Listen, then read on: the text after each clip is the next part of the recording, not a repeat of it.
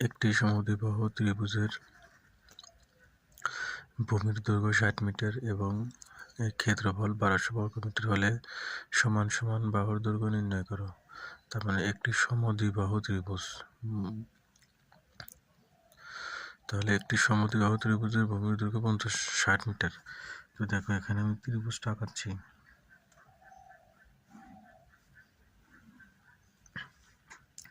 এই ত্রিভুজে এটা এ মিটার, এটা বি মিটার, তার মানে এই দুইটা বাহু আমাদের কি সমান।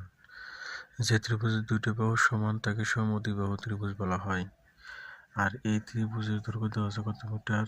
60 মিটার।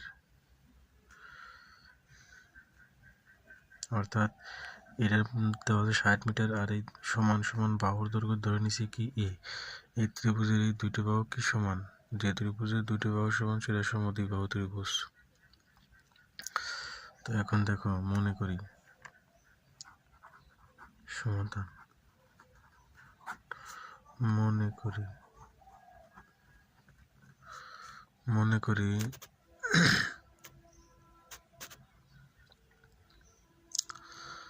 সমদ্বিবাহু ত্রিভুজের ভূমি বি সমান 60 মিটার।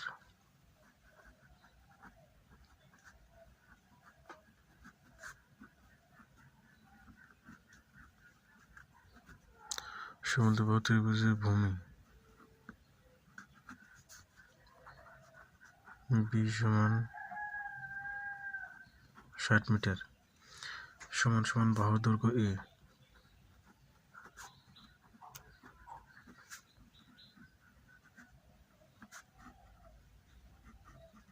দৈর্ঘ্য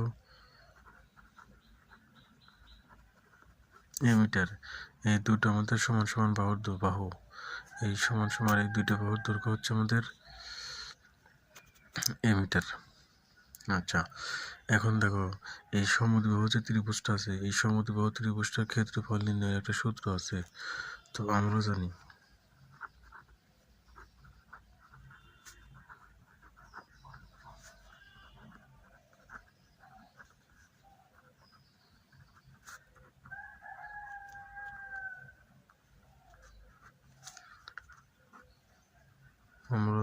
সমদ্বিবাহু ত্রিভুজের ক্ষেত্রফল। সমদ্বিবাহু ত্রিভুজের ক্ষেত্রফল নির্ণয়ের সূত্র হচ্ছে root B divided 4 into root over 4 square minus B square. আমাদের এটা কি সমদ্বিবাহু ত্রিভুজের ক্ষেত্রফল নির্ণয়ের একটা সূত্র। কিন্তু একটু খেয়াল করে দেখো, আমাদের প্রশ্নে কিন্তু দেওয়া আছে যে এই ত্রিভুজের ক্ষেত্রফল দেওয়া আছে 1200 বর্গ মিটার। আবার এই ক্ষেত্রফল নির্ণয়ের সূত্র আবার হচ্ছে এইটা। তো প্রশ্ন মতে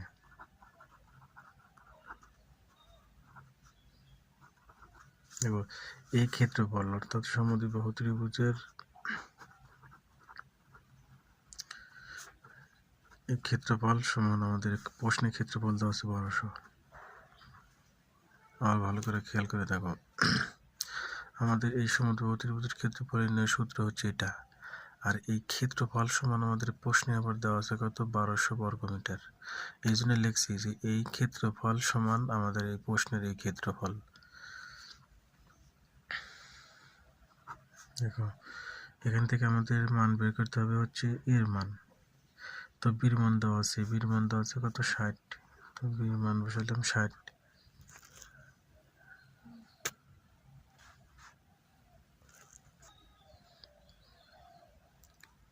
তো বির মান দেওয়া আছে 60 ডিভাইডেড 4 রুট ওভার 4 স্কোয়ার। এই যে 4 লিখলাম, যেহেতু এখান থেকে আমাকে এর মান বের করতে হবে এই জন্য এ স্কোয়ার রেখে দিলাম, মাইনাস বির মান কত? 60।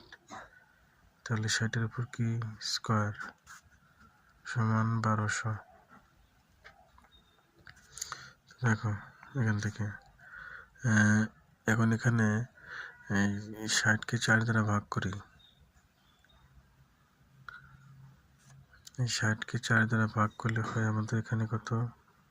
15 ইন্টু রুট ওভার দেখো 4 স্কোয়ার মাইনাস 6 6 36, তার মানে 3600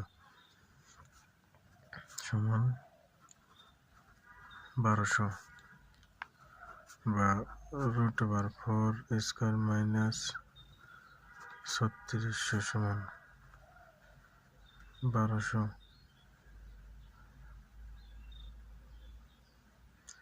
ভাগ এই যে 15 এখানে কোন অবস্থায় আছে, এই 15 সেখানে কি হয়ে গেল, ভাগ হয়ে গেল, বা 4 স্কোয়ার মাইনাস 3600। এই 1200কে যদি আমি 15 দ্বারা ভাগ করি তাহলে হয় 80, অর্থাৎ এই 1200কে 15 দ্বারা ভাগ করলে হয় 80। এখন দেখো আমাকে এখান থেকে এই রুটকে ভ্যানিশ করতে হবে। এই রুটকে ভ্যানিশ করতে হলে এটাকে বর্গ করতে হবে, এটাকে বর্গ করতে হবে। তো ওই জন্য লিখলাম যে 4 স্কোয়ার মাইনাস 3600 এটাকে বর্গ করবো, আর এখানে 80কেও কি করবো, বর্গ করবো। উভয় পক্ষে বর্গ করে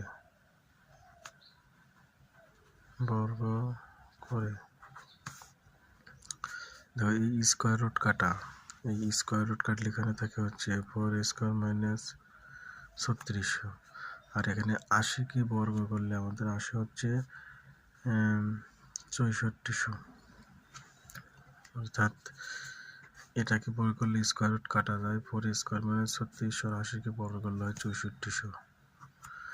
এখন দেখো 4 স্কোয়ার সমান 6400 আর 3600 মাইনাস আছে, এই পাশে গেলে কি হয়ে যাবে, প্লাস হয়ে যাবে। এই পাশে ছিল মাইনাস, এই পাশে হয়ে গেল প্লাস। 4 স্কোয়ার সমান এখন এই দুটো যোগ করতে হবে। 6 × 10 থেকে 1 4 6 × 10 অর্থাৎ 1 2 3 4 1 2 4 0। এখানে একটা খেয়াল করে দেখো, এখানে আমি যদি স্কোয়ার রাখি এই 4 আসে এখানে কি হয়ে যাবে, ভাগ হয়ে যাবে, কারণ এখানে 4 কোন অবস্থায় আছে। তো এখন দেখো এখান থেকে আমি যদি স্কোয়ার সমান এটা ভাগ করলে হয় হচ্ছে 2500, 4 5 100 আর 200 2500। তার মানে এখান থেকে যদি আমি এ কে রেখে দিই তাহলে এখন কি হবে দেখো, এই স্কোয়ারের পাশে রুট হয়ে যাবে 2500। তো এই সমান 2500কে রুট করলে হয় 50। তার মানে এখানে আমাকে দেখো যে সমান সমান বাহুর দৈর্ঘ্য বের করতে বলছে। তো আমাদের সমান সমান বাহু হচ্ছে এ, তো এর মান বের হলে কত, 50। এটাই আমাদের অ্যান্সার।